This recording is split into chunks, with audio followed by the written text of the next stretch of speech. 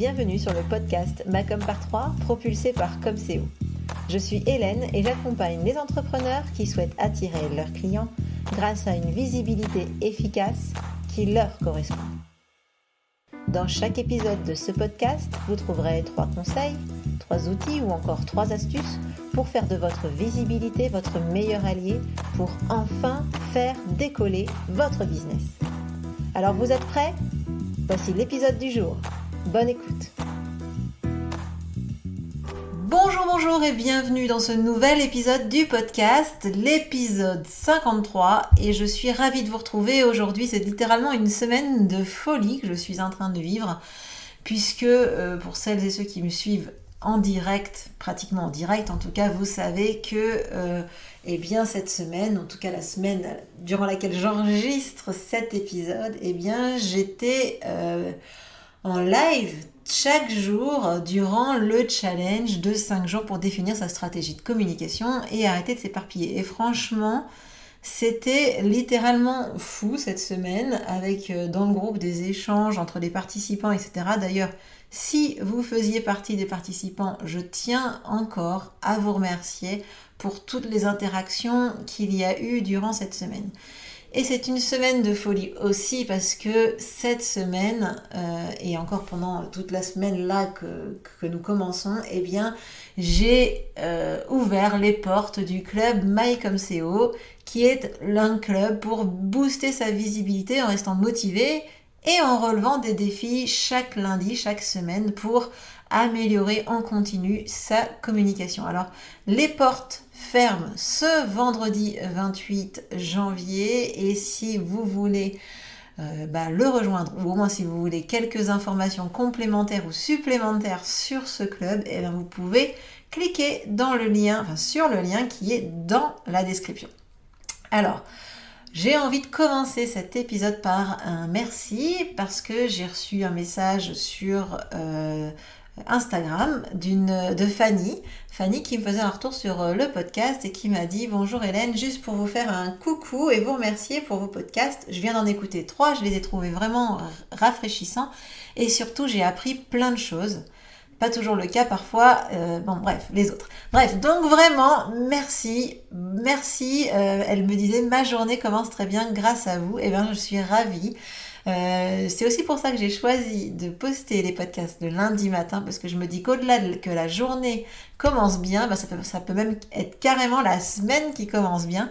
En tout cas, merci Fanny pour votre retour ou ton retour, et je suis vraiment ravie que tous ces conseils t'aident dans ton quotidien d'entrepreneur. Alors aujourd'hui, l'épisode du jour va concerner le taux de transformation de votre site internet. En gros, l'objectif aujourd'hui, c'est d'augmenter votre taux de conversion sur votre site internet. Alors, on va commencer par le début, parce que j'imagine que tout le monde ne sait pas ce que c'est qu'un taux de conversion, et on va même commencer par encore plus avant, mais qu'est-ce que c'est donc une conversion ?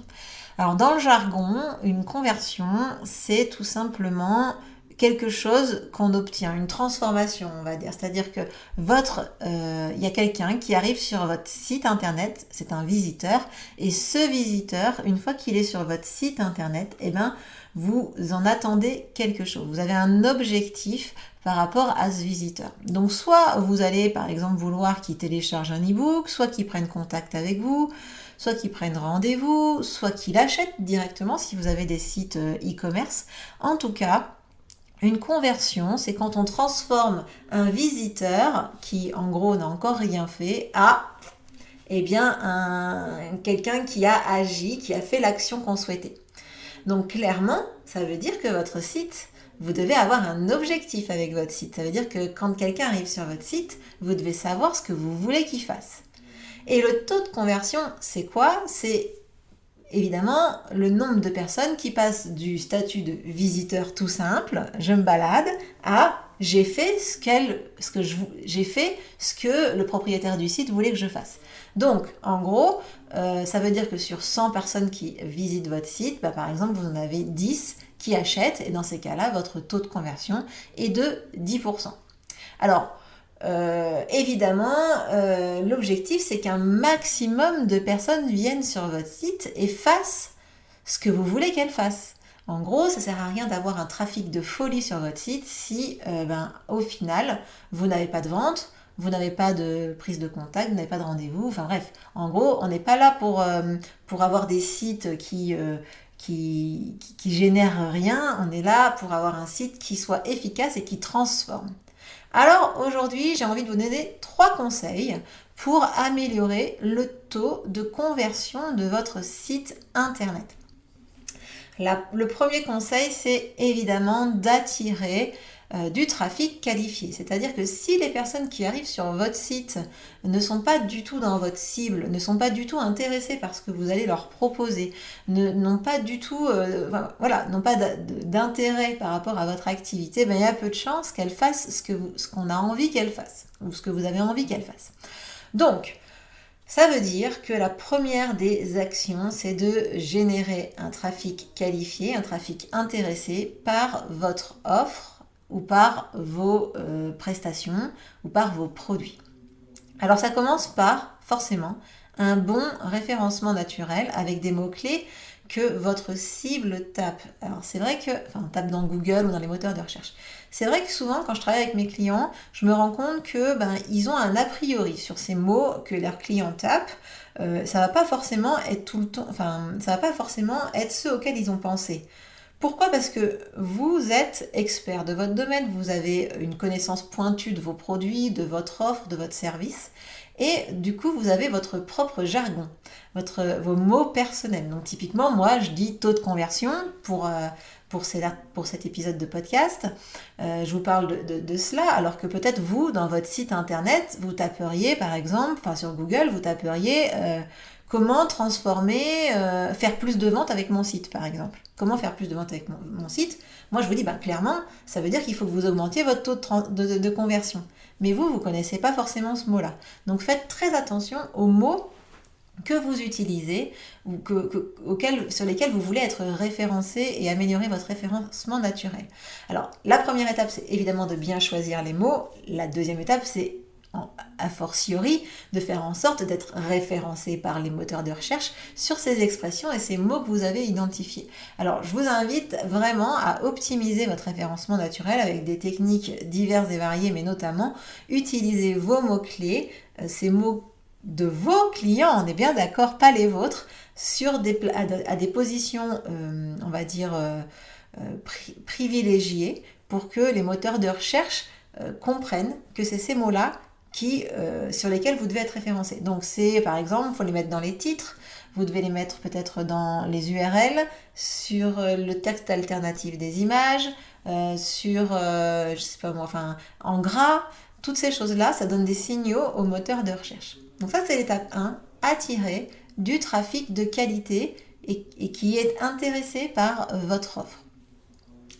La deuxième étape pour augmenter le taux de conversion de votre site internet, c'est d'avoir une navigation simple sur votre site. Mettez-vous dans les baskets de votre visiteur quand on arrive sur votre site internet. Vous le connaissez bien, votre site. C'est-à-dire que vous savez où sont situés les produits, vous savez où sont situés les appels à l'action, mais votre visiteur, qui ne vous connaît pas, ne le sait pas. Alors, s'il vous plaît, mettez-vous dans ces baskets et vérifiez que sur votre site internet, c'est facile de trouver votre produit, votre lead magnet, votre page de contact ou des moyens de prendre contact avec vous.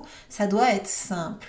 Et au-delà d'être simple, ça doit être souvent. C'est-à-dire que, par exemple, si vous avez un lead magnet, un cadeau, que vous voulez que les gens téléchargent et que vous le cachez systématiquement dans le bas des pages ou que vous l'avez mis juste, vous savez, cette page offert, cadeau pour toi, si tu veux, tu télécharges. En fait, c'est pas suffisant. On doit retrouver ce bouton sur différentes pages de votre site internet, pourquoi pas aussi dans les articles de blog, et pas en bas de la page. Parce que là, vous partez du principe que vos prospects, vos visiteurs vont lire tout votre contenu et vont aller en bas de la page. Non. Comment vous dire ? Si vous regardez les statistiques de votre site internet, le temps que passent les visiteurs sur une page, c'est une peau de chagrin, j'ai envie de dire. Donc, mettez vos appels à l'action, donc ces boutons, dans des endroits qui sont accessibles et on va dire plutôt dans la première moitié de votre page. Et également, je vous invite à optimiser les pages qui ont le plus de trafic. C'est-à-dire que vous pouvez aller dans Google Analytics et regarder quelles sont les pages où il y a le plus de visiteurs. Et évidemment, c'est ces pages-là qu'il va falloir optimiser en premier. C'est pas celles où personne ne va. Donc, allez sur ces pages et optimisez ces pages qui ont le plus de trafic sur votre site. Alors, comment, vous allez me dire, mais comment, Hélène, je peux optimiser mes pages ? Eh bien, peut-être que la solution, c'est ce qu'on appelle l'A/B testing. Donc, l'A/B testing, c'est quoi ? C'est vous allez avoir deux versions d'une page, on va dire au moins, en tout cas, une version d'une page, on va dire. Par exemple, vous avez fait une page pour votre produit que vous vendez, on va dire, je sais pas moi, on va dire qu'on vend des accessoires de mode personnalisés. Donc, on arrive sur le super serre-tête avec des perles, voilà, qui est sur notre site internet. Et donc là, on a forcément le nom du produit, on a le bouton j'achète ou ajouter au panier, ou voilà, il y a plein de possibilités et il y a aussi des descriptions. Et bien, ce que je vous invite à faire, c'est à changer un paramètre de cette page. Donc par exemple, peut-être que vous allez tester de passer le bouton, au lieu qu'il soit, je sais pas moi, bleu, et bien vous allez le passer en rose. J'en sais rien. Et du coup, vous allez laisser tourner la page comme ça pendant un temps et vous allez vérifier entre A et B, en fait, on va dire entre le mois A et le mois B, vous allez vérifier que lequel des 2 mois, il y a un meilleur taux de conversion sur cette page, par exemple. Et ça, vous pouvez le faire avec le nom du produit, vous pouvez le faire avec la description, vous pouvez le faire avec plein de choses sur votre site internet.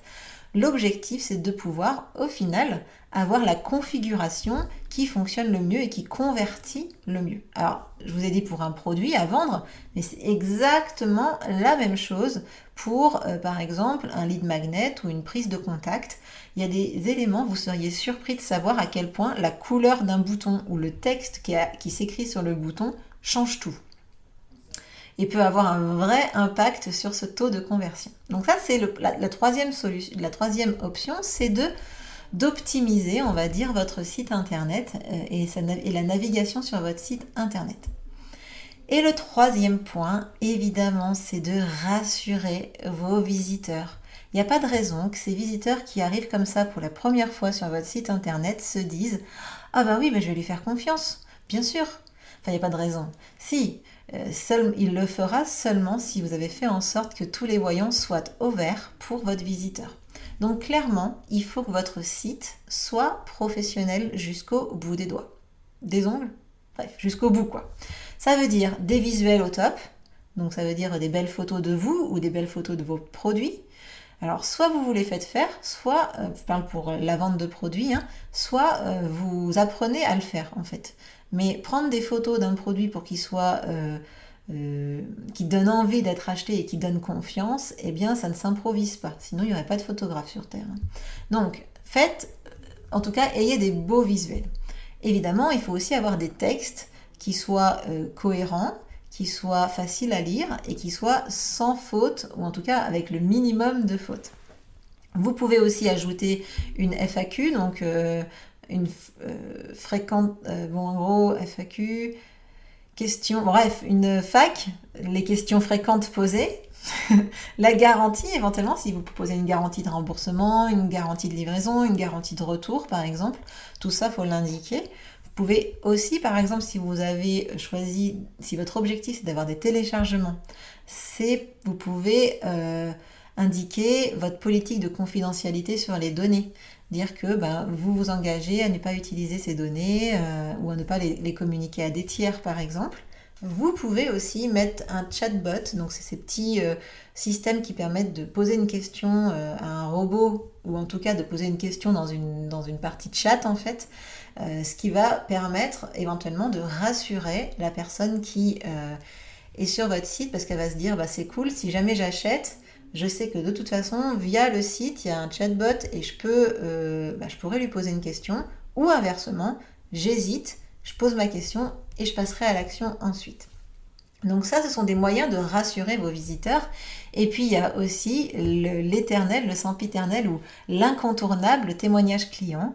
J'ai fait un épisode de podcast à ce sujet, même deux d'ailleurs, hein, pour vous expliquer comme c'est important d'avoir des témoignages, des retours sur ces produits, ces offres de la part de ses clients.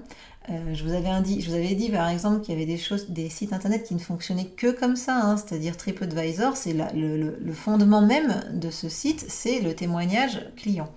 Donc je vous invite vraiment à ajouter des témoignages clients sur votre site internet aux endroits où il y a le plus de freins. Donc à partir du moment où vous demandez à quelqu'un d'entrer en action, de prendre contact avec vous, d'acheter, il y aura forcément un frein. Donc vous pouvez ajouter à cet endroit-là des témoignages clients. Si vous voulez aller plus loin sur cette partie témoignage, j'avais fait l'épisode 42 du podcast qui vous aide l'idée c'était de vous expliquer comment vous pouvez utiliser ces témoignages efficacement. Donc vous pouvez éventuellement aller écouter cet épisode si vous voulez aller plus loin. Donc voilà, donc en tout cas, sachez que c'est très important de rassurer vos visiteurs si vous voulez qu'ils passent à l'action sur votre site internet. Alors pour résumer, voilà les trois façons d'améliorer votre taux de conversion sur votre site internet. Évidemment, c'est d'attirer le trafic qualifié, d'avoir un site optimisé, évidemment, et ensuite de rassurer vos visiteurs. Alors s'il y a une chose à retenir dans cet épisode, c'est ce que je vous ai dit au tout début. Si vous n'avez pas fixé d'objectif à votre site internet, pour votre site internet, il est vraiment difficile, voire impossible de mesurer son efficacité. Et clairement, c'est un investissement. Alors, soit c'est un investissement en temps, soit vous avez payé pour avoir ce site internet. Alors forcément, il doit être efficace et vous devez savoir s'il l'est. Parce que s'il ne l'est pas, vous allez pouvoir l'optimiser. Donc, fixez-vous des objectifs. Un objectif pour votre site internet et allez vérifier de temps en temps si votre site internet tient toutes ses promesses. Alors j'espère que cet épisode il vous aura donné des pistes pour améliorer le référencement de votre site, pour améliorer le taux de conversion de votre site internet. Et si vous avez envie de mettre votre com au défi chaque semaine, je vous attends dans le club MyComSEO, donc chaque lundi. Dans ce club, vous pourrez relever un nouveau défi et au fil des semaines, forcément, vous optimiserez vos supports de com. Alors, j'espère vous retrouver dans le club et puis si jamais vous souhaitez, vous pouvez évidemment me contacter pour avoir des renseignements. En tout cas, le lien est dans la description de cet épisode. En attendant, je vous souhaite une très bonne journée, une très bonne semaine et je vous dis à la semaine prochaine pour le prochain épisode du podcast. Ciao!